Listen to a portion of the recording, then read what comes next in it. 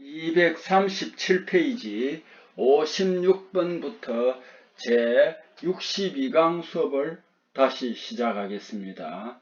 237페이지 56번부터 62강 수업을 시작합니다. 자, 56번 가스 절단 작업에서 예열 불꽃이 약할 때 생기는 현상과 가장 거리가 먼 것은, 이 가스 절단 작업할 때 예열 불꽃이 약하다면은 아무래도 절단 작업이 중단되기 쉽겠지요. 그 다음에 절단 속도가 늦어질 수 있습니다. 보통 드래그 메탈 소재로 구성된 드래그가 증가한다. 드래그는 요 밑에 있으니까 또 한번 봅시다. 맞습니다. 모서리가 용융하여 둥글게 된다. 이것은 아니겠죠. 자, 드래그가 뭐냐? 일정 속도로 가스 절단할 때 절단 홈 밑바닥에 가까울수록 슬래그 방해, 산소 오염, 산소 속도 저하 등으로 산화작용과 절단이 지연되는 걸 드래그라고 합니다. 거의 일정한 간격으로 평행곡선이 나타나는 것을 지연곡선 또는 드래그 라인이라고 합니다. 진행 방향으로 측정한 한 개의 드래그 라인의 머리와 끝과의 거리를 우리는 뭐라고 하느냐면은 드래그라고 합니다. 그래서 여기에 예열 불꽃이 약할 때 다와 같이 드래그가 증가한다. 드래그 현상은 좋은 건 아니죠, 그죠? 그래서 여기에서 모서리가 용융하여 둥글게 된다. 이것은 아닙니다. 이 부분도 우리가 조금 실질적으로 용접을 안 해본 사람들은 이 부분이 조금 어려울 겁니다. 잘 한번 읽어보시고요. 57번 아크 전압의 특성은 전류 밀도가 작은 범위에서는 전류가 증가하면은 아크 저항은 감소하므로 아크 전압이 감소하는 특성이 있습니다. 이러한 특성을 뭐라고 하느냐면은 부특성이라고 한다. 부특성이라고 한다.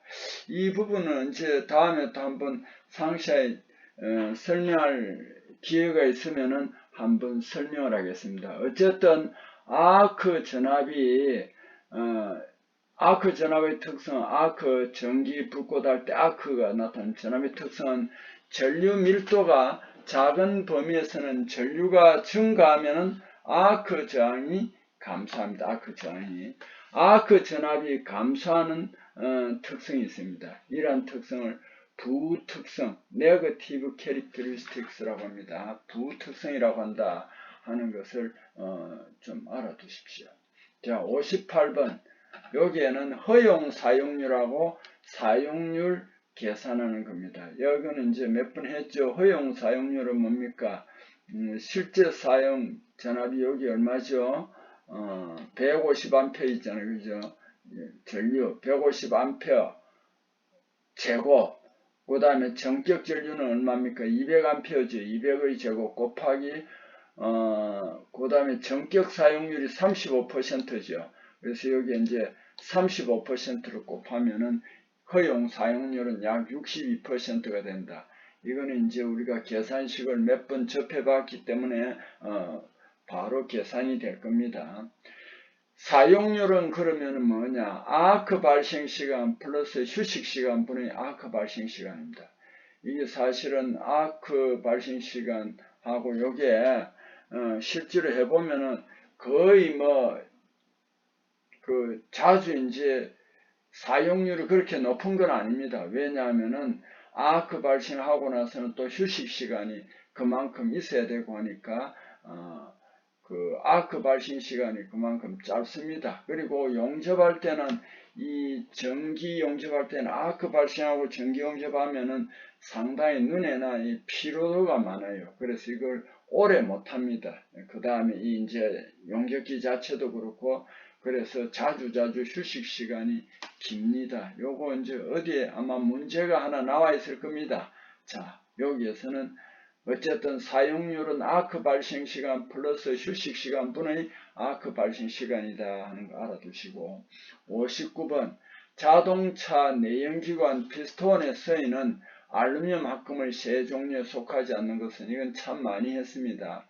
자, 제가 외운 방법을 늘 여러분에게 이제 소개를 했습니다. 라우탈은 맞습니다. 알구시라. 라우탈은 알구시라. Y 합금은 뭐라고 그랬죠? 알구니마. 알구니마 Y. 로엑스는 알리마식으로. 알리마식으로. 여기에서 하이드로날륨은 내식성 알루미늄 합금입니다.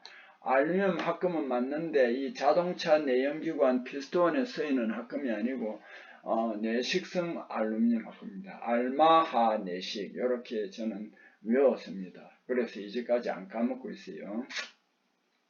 자, 스텔라이트. 또 이 스텔라이트를 소개하고 있네요. 주조 경질합금입니다. 꼭 알아두세요. 스텔라이트 하면 바로 나와야 됩니다. 주조 경질합금. 이 왜 주조 경질합금이라고 그렇게 강조를 하냐면은 주조는 단조가 불가능하기 때문입니다. 그리고 이 성분은 코발트, 크롬, 텅스텐계 합금이다. 이렇게 알아두면 되겠습니다.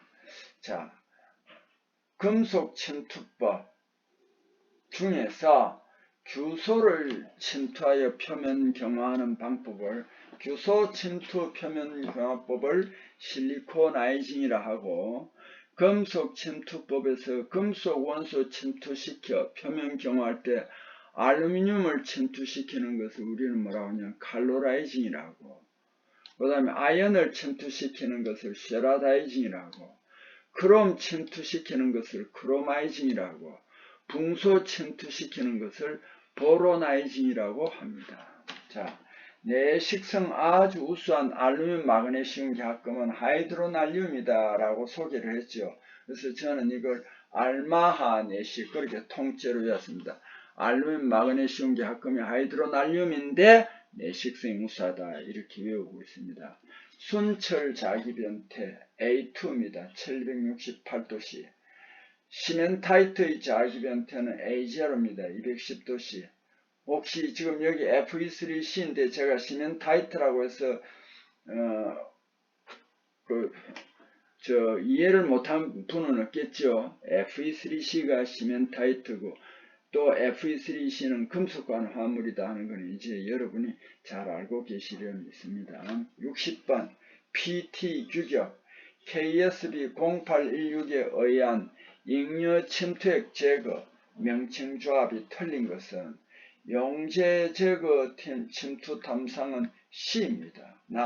휘발성 세척액 사용하는 침투 탐상은 A가 아닙니다. 휘발성 세척액 사용하는 침투 탐상 이거는 이런 게 없습니다. 휘발성 세척액 여기에서는 그러려면 용재 제거입니다. 용재 제거. 용재 제거인데 휘발성 세척액이라고는 잘 안 합니다. 다 물 베이스 유화제 사용, 후유화 방법 사용하는 침투 탐상 시험 방법은 D죠. 기름 베이스 유화제 사용, 후유화법 하는 침투 탐상 시험 방법은 B가 됩니다. 자, 그 다음 문제로 넘어가겠습니다. 238페이지 61번 침투 탐상 시험 방법 및 침투 지시 모양 분류에 따라 사용 중인 침투액에 대한 점검 결과에 의한 폐기 사유에 속하지 않는 것은 성능 시험 결과 색상이 변화되었다고 인정되었을 때 그거는 분명히 이제 폐기 사유에 해당합니다. 겉모양 검사 우리가 눈으로 확인했을 때 현저한 흐림이나 침전물이 생겼을 때도 폐기해야 됩니다. 성능 시험 후 결함 검출 능력 및 침투 지시 모양 이건 형광입니다. 휘도라는 건 형광입니다. 지시 모양의 휘도 저할 때 이것도 폐기해야 됩니다. 겉모양 검사한 후 침투액이 불충분하여 규정된 재료로 보충하여 혼합하였을 때 침투액이 불충분해서 그래서 규정된 농도로 재료를 보충했습니다.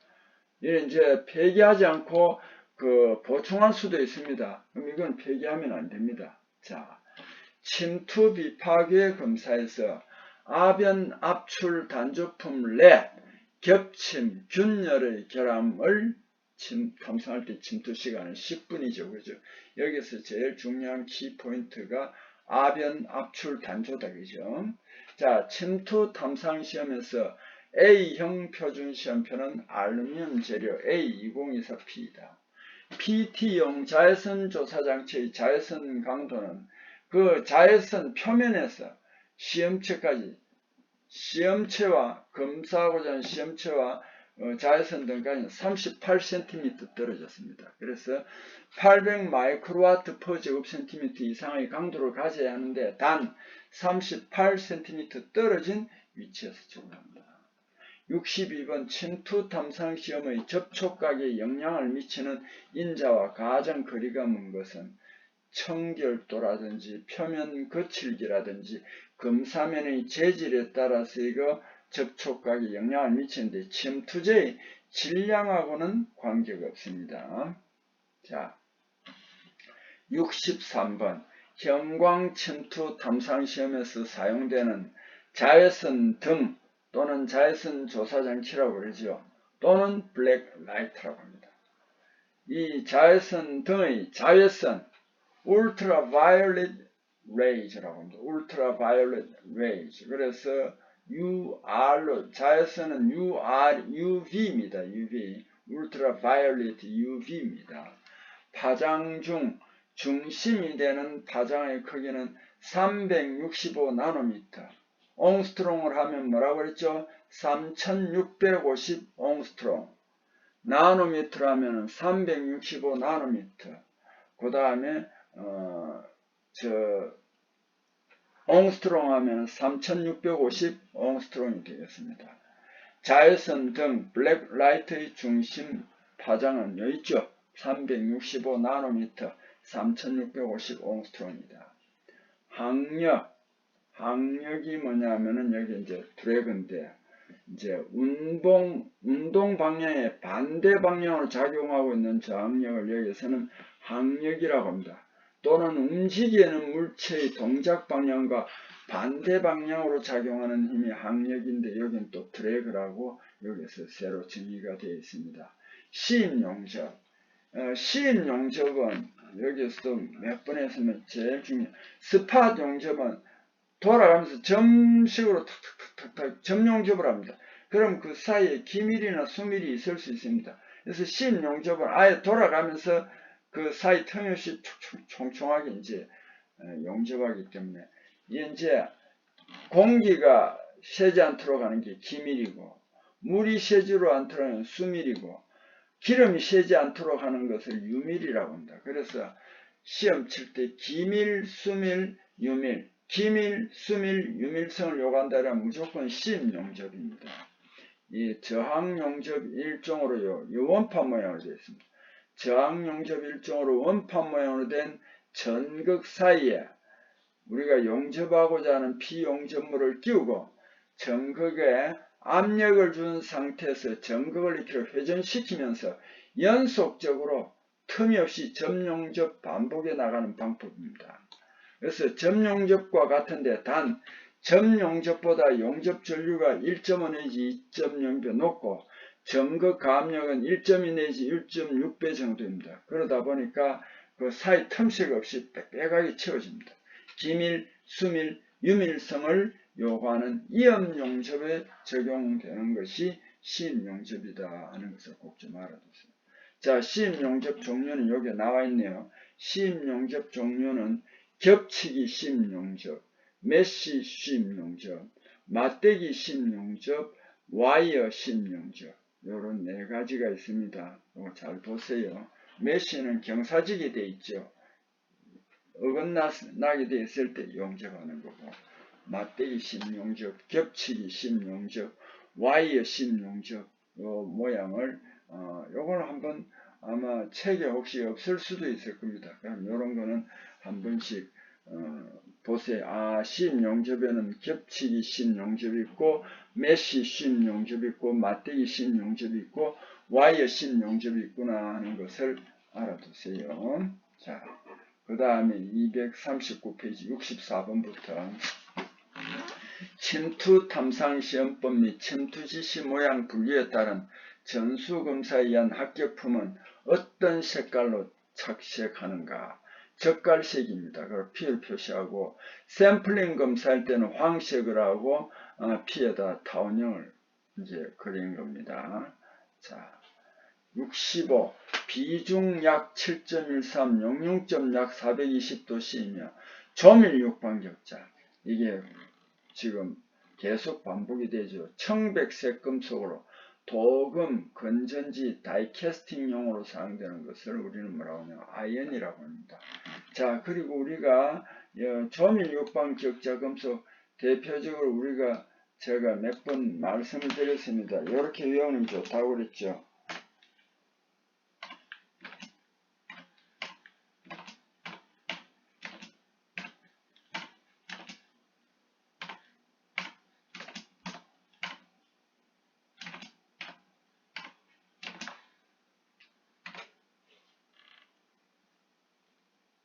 아마티카 코베테지르.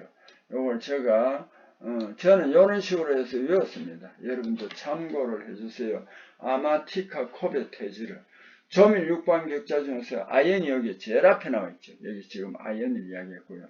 또 아연은 이 다이캐스팅에도 많이 쓰입니다. 다이캐스팅 제가 몇 번 설명했습니다.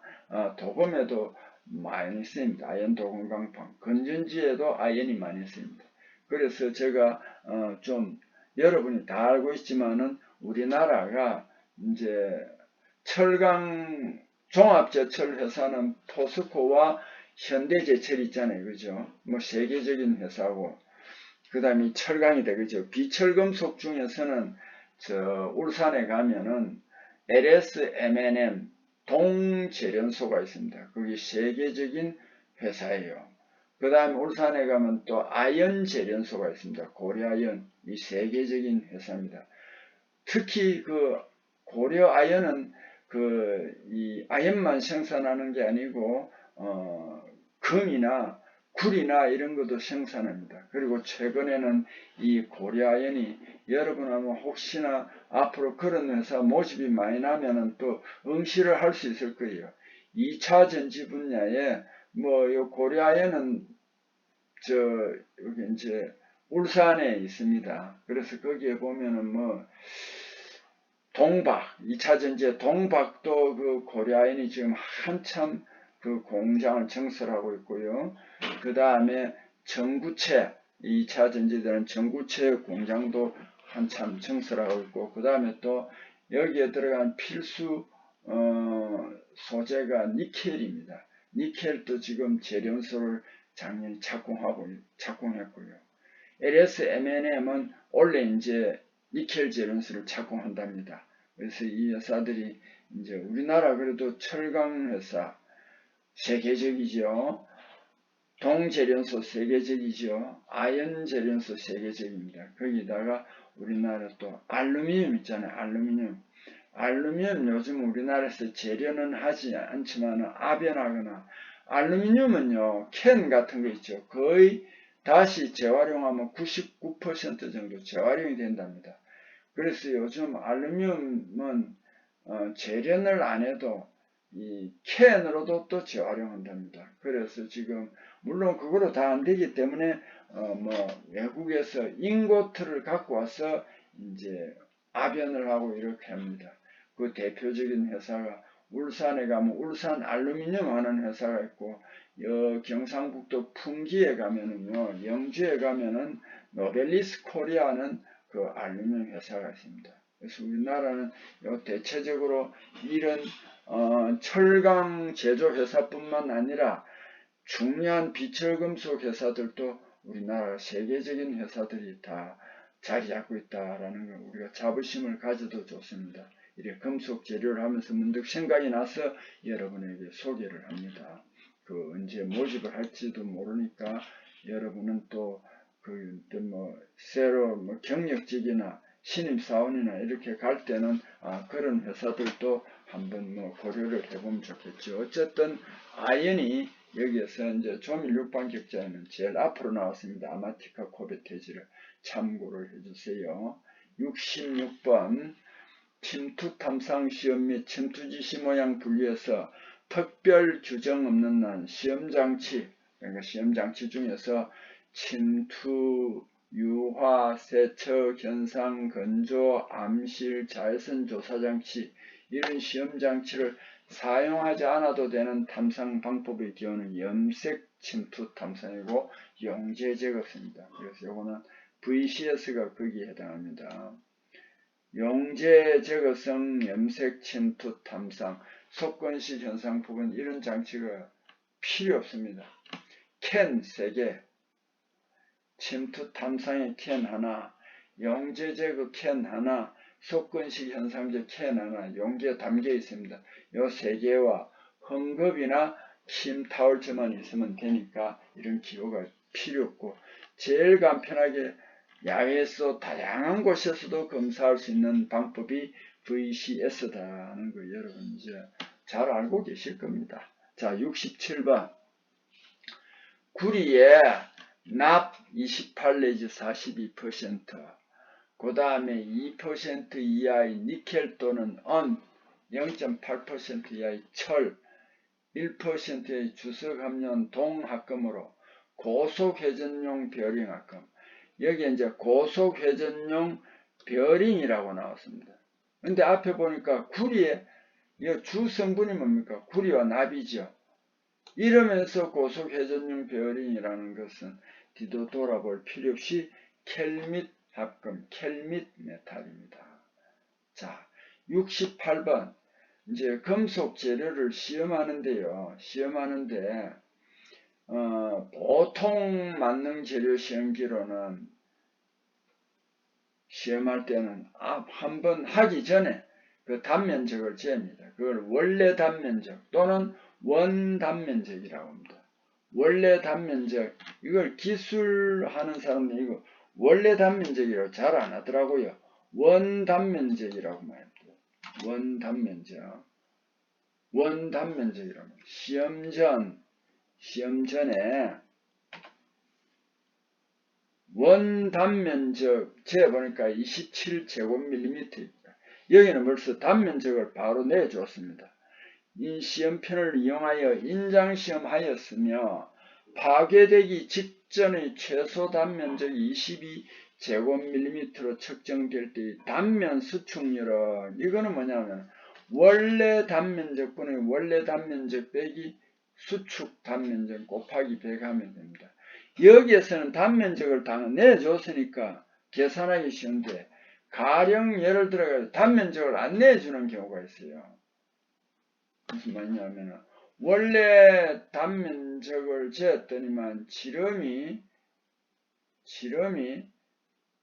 20mm였다. 그런데 인장시험하는 파괴되기 직전에 최소 단면적을 재었더니만 20mm가 아니고 이제 줄어가지고 12mm가 되었을 때 이런 단면 수축률은 얼마인가 하면 20mm일 때는 원래 단면적이죠. 20mm는 반지름이 얼마입니까? 지름이 20이니까 10이죠. 10 곱하기 10 곱하기 3.14 하면은 계산이 되죠. 여기에도 마찬가지고. 그럼 수축 단면적은 12가 됐다고 그랬잖아요. 그럼 6 곱하기 6 곱하기 3.14라면은 수축 단면적이 됩니다. 거기에다 새로 계산을 해서 넣어줘야 되는데, 그 반지름 곱하기 3.14에 계산해야 되는데, 여기는 바로 단면적을 줘버렸어요. 그러니까 이건 어떻게 되느냐 하면, 원래 단면적이 27분의 27 마이너스 22 곱하기 100 하니까 18.5%가 된다. 그 다음에 점용접 아까 점용접을 이제 전압이나 전류를 많이 주고 원판형의 전극을 이렇게 돌아가면서 압력을 가하면은 틈이 없이 용접이 되는 심용접이라고 그랬잖아요. 그죠? 점용접은 스팟 용접이라고 합니다. 현장에서는 그냥 이걸 스팟 용접이라고 많이 씁니다. 스팟 용접이라고 굉장히 많이 씁니다. 스팟 용접이라고. 오히려 아마 스팟 용접이라고 더 많이 쓸 거예요. 자, 이 스팟 용접은 겹친 금속 재료를 텀이 좀 있어도 적당히 성형한 후 전거 끝으로 고정하고 비교적 좁은 부분에 전류 집중시켜 국부적, 부분적으로 가열함과 함께 전극으로 압력을 가하여 접합하는 일종의 저항용접이다. 여기 있네요.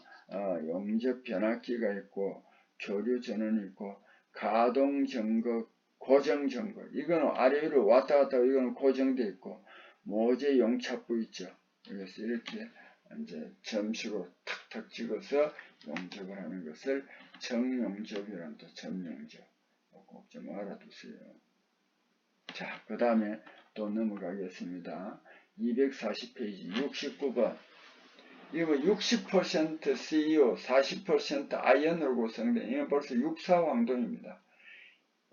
이 육사광동 조직은 알파 플러스 베타입니다. 인장 강도는 높고 전연성이 비교적 낮고 열교환기, 열간단조품, 볼트, 너트 등에 사용되는 것은 문츠 메탈이랍니다. 문츠 메탈. 이 길딩 메탈은 자주 나왔는데 95% 구리, 5% 아연으로 된 값싼 모조금을 만드는 일명 황도라는, 이제까지 않았는데 황도라는 별명도 있다. 이것도 엄밀히 말하면 톤백에 속합니다. 모넬 메탈, 이거는 니켈 구리합금입니다.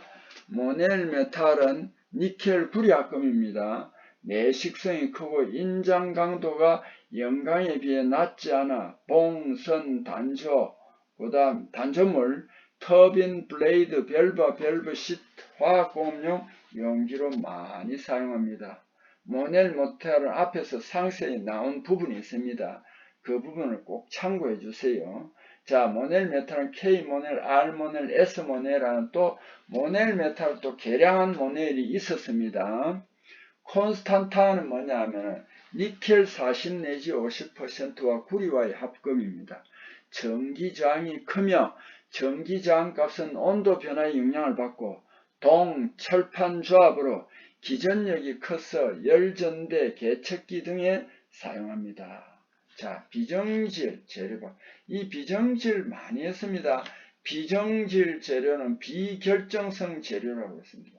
금속은 냉각이 되면은 결정을 형성하는데, 다결정을 형성하는데, 이 비정질학은 어떤 경우에는 그런 게 필요 없을 때 어떻게 하느냐 하면은 그 액체 상태에서 바로 급냉을 시켜가지고 이제 결정이 안 생기도록 합니다. 그런데 액체 급냉법이 있고 기체 급냉법 두 가지가 있는데 이 중에서 액체 급냉법으로 제조하는 방법이 아닌 것을 내놨습니다. 단롤법 맞고요. 상롤법 맞고요. 원심법 맞고요. 분무법 맞아요. 화학정창법은 이거는 기체급냉법이다 하는 거 알아두세요. 71번 용접에서 발생한 잔용력입니다. 잔용력 제거하려면 어떤 열처리를 하는 것이 가장 적합한가? 풀림인데 이거는 응력 제거 풀림입니다. 이건 온도가 좀 낮아요. 응력 제거 풀림입니다. 풀림 중에서도 담금질은 퀸칭이라고 하고 단단하게 하기 때문에 하드닝이라 하기도 하고 일본 사람들은 소입이라고 합니다. 소는 제가 일본 말로 약기라고 한다고 그랬죠. 입은 어디 집어넣는다. 물 같은데 팍 집어넣는다. 열 상태에서. 그래서 삭금 열 처리할 때 고온 가열 후 특히 물, 기름 등에 넣어 급속하게 냉각시켜 경화시키는 방법이다. 불림은 normalizing, 현장에서는 불림으로 잘 안 쓰더라고요. normalizing, 소준, 아까 제가 일본말을 써서 죄송합니다. 약기라고 그랬죠. 준은 표준입니다. 열을 가해서 이제 천천히 공기 중에서 냉각시켜서 표준 조직으로 만든다 해서 소준이라고 했습니다. 강 조직을 표준 상태로 하기 위하여 변태점 이상의 적당한 온도로 가열한 후 대기 중에서 냉각하는 열처리입니다. 강을 오스테나이트 구역으로 가열하여 충분히 오스테나이트화한 다음 공기 중에서 천천히 냉각시켜 층의 간격이 미세한 폴라이트를 생성시키는 조작입니다. 뜨임, 템프링, 소려라고 합니다. 이거 뜬다 이런 말이 있듯이 그 열을 가해가지고 그 땀처럼 이렇게 나오도록 하는 겁니다. 감금질 온도보다 낮은 온도에서 가열한 후 기름, 공기 중에 냉각하면은 경도는 조금 떨어지지만은 강도는 높아집니다. 강도라기보다는 또 강인성, 질긴 성질, 이게 또 높아집니다. 굳이 강도라고 하는 것보다도 여기서는 뭐냐면 강인성이 오히려 이 용어가 더 좋습니다. 강인성. 강도보다는 강인성이라는 용어가 강하고 질긴 성질까지 포함되는 것. 이 강인성을 꼭 좀 알아두세요. 강도보다는 강인성 등입니다. 그리고 이제 기계 가공하면은 그 재료 안에 용접을 하거나 이러면 잔용력이 남아있습니다. 이걸 내부 응력이랍니다. 이걸 제거하는 것은 응력 제거 풀립니다. 요것도 낮은 온도에서 A1 벤테쯤 이하의 낮은 온도에 열을 가해가 천천히 냉각시키면 땀처럼 싹 풀립니다. 그래서 이걸 풀림이라. 풀림도 현장에서는 풀림이라고 우리말인데 잘 안 쓰고 어닐링 또는 뭐를 많이 쓰느냐면 소둔이라고 많이 쓰더라고요. 어닐링, 소둔이라고 많이 하더라고요. 현장에서는 이 소둔이란 말을 굉장히 많이 쓰더라고요. 소둔. 요것도 좀 알아두십시오. 자, 72번입니다. 수세성 침투 탐상 시험을 할 때 침투액을 세척하는 가장 일반적인 방법은요. 세척수 물이죠, 그죠? 세척수를 분무 스프레이처럼 부드럽게 뿜어가지고 분사에 닦습니다. 그런데 이게 275kPa 이하라고 그랬잖아요, 그죠? 275kPa 이하라고 했습니다. 꼭 좀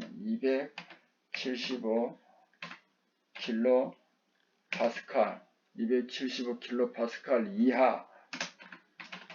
요거는 우리가 규격집에도 있다, 그죠? 꼭 좀 알아두시고요. 73번 침투 탐상 시험 후 처리의 장치로 가장 적합한 것은 시험체에 남아있는 현상제를 제거하는 수세 탱커다.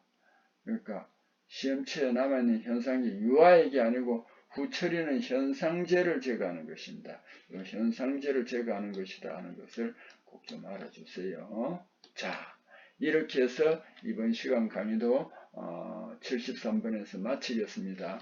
여러분 수고했습니다.